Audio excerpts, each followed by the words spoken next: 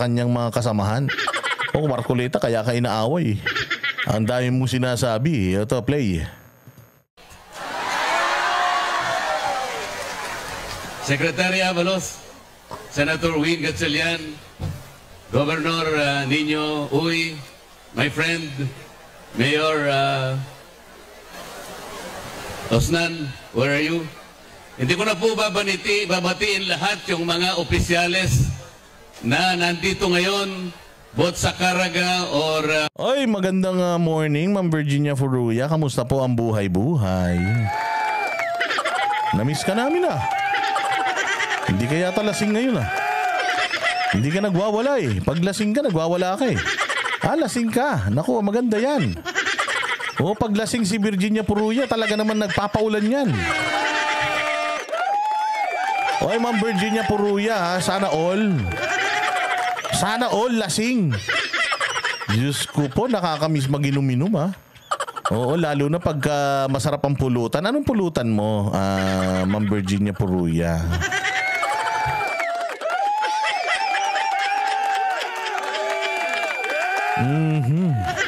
Oh, Diyos me. Mabuhay ka, Virginia Furuya. Sana malasing ka lalo.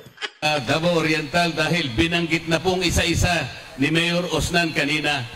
Babatiin ko na lamang po ang mga guro na nandito ngayon sapagkat today is the World Teachers Day. Nung binata po ako, marami po akong nakilalang mga dalaga. Meron pong mga accountant, merong abogado, merong doktor, merong nurse. Magaganda po sila lahat. Pero sabi ko, pag mag-aasawa ko, gusto ko teacher ang maging asawa ko. Kaya ang asawa ko po ay isang teacher. Nakagaya po ninyo. Ang sabi po nila, invest in our teachers and our children will succeed. Naalala ko po yung Magna Carta for Public School Teachers. It's an old law enacted in 1966, some 58 years ago. Doon nakalagay po yung maraming benefits sa mga teachers. Meron po doon na cost of living allowance. Ang sabi po doon, at least the teacher's salary should keep in pace with the living expenses, and the allowance should be given and be based automatically on the living cost index. On an annual basis, the Secretary of Education should submit to Congress, ang sabi po doon, a recommendation for an appropriation for this cost of living expenses. Nangyayari po ba yun sa inyo? Meron pa pong sinasabi na special hardship allowance. Ito po ay yung pong exposure ninyo to difficult situations from commuting to your assignments and other exposures. Ang sinasabi po doon, it should be paid at least 25% of your monthly salary. Nangyayari po ba yun? Meron pa pong sinasabing medical examination and medical treatment which will be given free to all teachers. At kapag doon sa medical examination napatunayan meron kayong sakit, you will be treated for free. Nangyayari po ba ito? Sana po darating ang araw makasama ko si Senator Win Gatchalian para kaming dalawa po by the oversight function of the Senate. May ano yun Merong magandang pitching doon Sana makasama ko si Senator Win Gatchalian. Uy, mukhang tatakbo si congressman ng senador Uy, so ano natin to Supportan natin to. Oo, talagang lumalaban to sa mga kawatan. Virginia Furuya, ano yan? Isa lang po tao namin. Naku po. Okay lang yan, basta meron. Pulutan ko, kawakimono. Masarap ba yun? Patikin mo nga sa amin yan. Itingnan po natin mabuti kung napatutupad na mabuti ang Magna Carta for Public School Teachers. Ang sinasabi po kasi, the Declaration of Policy is to promote and improve the social and economic status of public school teachers, their living and work conditions, including the requirements for employment and career prospects. 58 years after the enactment of the law, we have yet to fulfill the realization of this declared policy. Kaya kailangan po siguro, total nandiyan naman si Senator Win, baka sakali pong magkita naman kami sa susunod na Senado. Oy, tatakbo pero ine-expose niya yung mga batas na kanilang ipinasa para sa mga teacher. Ang dami pala ng mga ala-allowance na yun. Pucha, hindi gumagalaw Meron pa pong isang sinasabi about teachers. A good education can change anyone. May I propose a little amendment?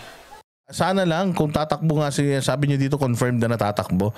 Kung tatakbo, sana itaas ni Inday Sara yung kamay nito para talaga naman, with the help of Iglesia ni Cristo na merong black voting power, sana manalo to, no? Tapos, sana, ang magtaas ng kamay niya, either si PRD or si Inday Sara. Ang saya nun. A good education can change anyone, but not everyone. Alam po niyo kung bakit? Tingnan po niyo yung mga colleagues ko sa House of Representatives. I thought they had good education. Oy, grabe naman.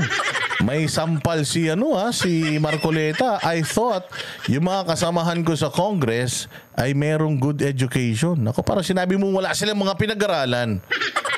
Parang mga walang pinag-aralan, ganon. Nako, medyo mabigat yung binitawan ni Kong Marcoleta na yun, I thought they were all taught by good teachers like you. I believe they have valued all our laws and our traditions, as the teachers always say during our years of education. Pero tingnan ninyo yung nangyari. I was only defending our rules in the House of Representatives. I was only defending the traditions that make us all, because these traditions are the ones that we kept for so long a time. These are time-honored traditions that cannot just be discarded, cannot be erased. The office of the Vice President is not subjected to questions, and that is the well-kept tradition. Ano pong gagawin natin? Huwag po kayong mag-alala. Marami naman po kayong tinuruan, mas marami po yung magagaling kesa doon sa mapupurol ang ulo. Aray! Sakit naman, no? Kasi totoo ang sinasabi na to ni Marcoleta. Hindi ko ipinagtanggol si Inday Sara. Hindi ko sinabing cleared na siya sa lahat ng mga binibintang nyo sa kanya. Pero meron tayong tradisyon. Yung bang tradisyon na yun, sinususundin ba natin o hindi? Kung hindi natin susundin, bakit? Kasi matagal na panahon, yan yung sinusunod ng Kongreso. Na ang Presidente, ang Vice President at ang Supreme Court, hindi na natin yan dinideliberate. Kasi nga, kailangan mag-function ang mga ahensya ng pamahalaan na yan. Kailangan mag-function nila, and if they can function well 100% with this budget, then let them have that budget for them to maximize yung kanilang services. Hindi ba? Bakit mo babawasan? O hindi ba kung ito yung hinihingin nila, ibigay mo, may pera naman tayo So parang kang yan para kang merong chef. O meron kang cook. O tapos gusto mo magluto siya ng masarap. Tapos, masarap yung iluluto ko. O sige, ito yung bibilin ko. Ito, pak. Ito pagkain natin, masarap Gusto mo, masarap yung kakainin natin O ngayon, sabi mo, wag na yan. Tanggalin mo na to, ito. Sir, mahirap naman mag-adobo ng asin lang. Hindi ba? Ganun yun So in order for you to, you know, yung ine-expect mo para sa opisina na to ay magawa niya, you should give them kung ano yung dapat na budget para sa kanila.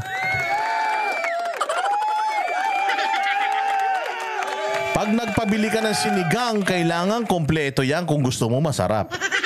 Pero kung sinigang, nagpabili ka lang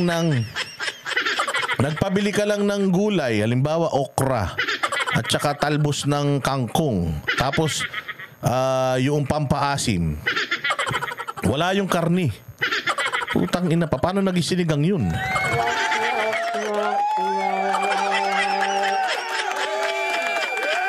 Hindi ba? So ang sinasabi dito ni Marcoleta, hindi ko pinagtanggol si Inday. Hindi ko rin sinasabi na si Inday ay tama at wala siyang kasalanan. Ang akin, meron tayong tradisyon. Pangalawa, pinag-uusapan natin dito notice of disallowance. Sino-sino ba yung merong mga notices of disallowance? COA, sino? Putang ina, ang dinala nyo lang yung kay Inday. We are talking about notice of disallowance. Hindi porket si Inday yung gusto nating imbestigahan dito, hindi nyo naaalamin kung sino-sino pa yung may mga notices of disallowance. It turned out sa Cebu, bilyon yung notices of disallowances nila. Bilyon, 120 something billion.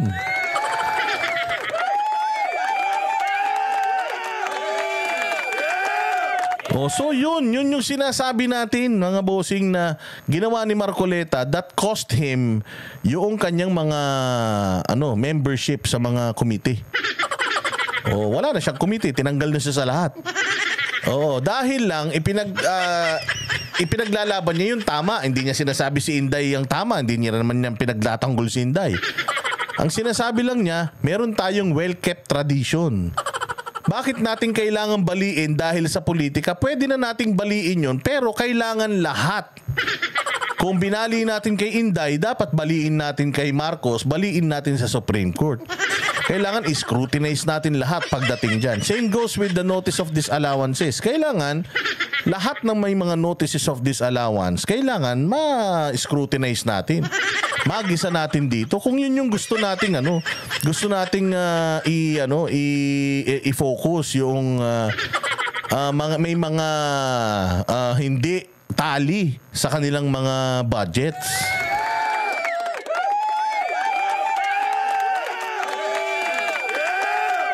Sinabi sa akin yan ni Banat Bay, Boss Dada, kapag ikaw nasa tama ka, hindi ka magkakamali.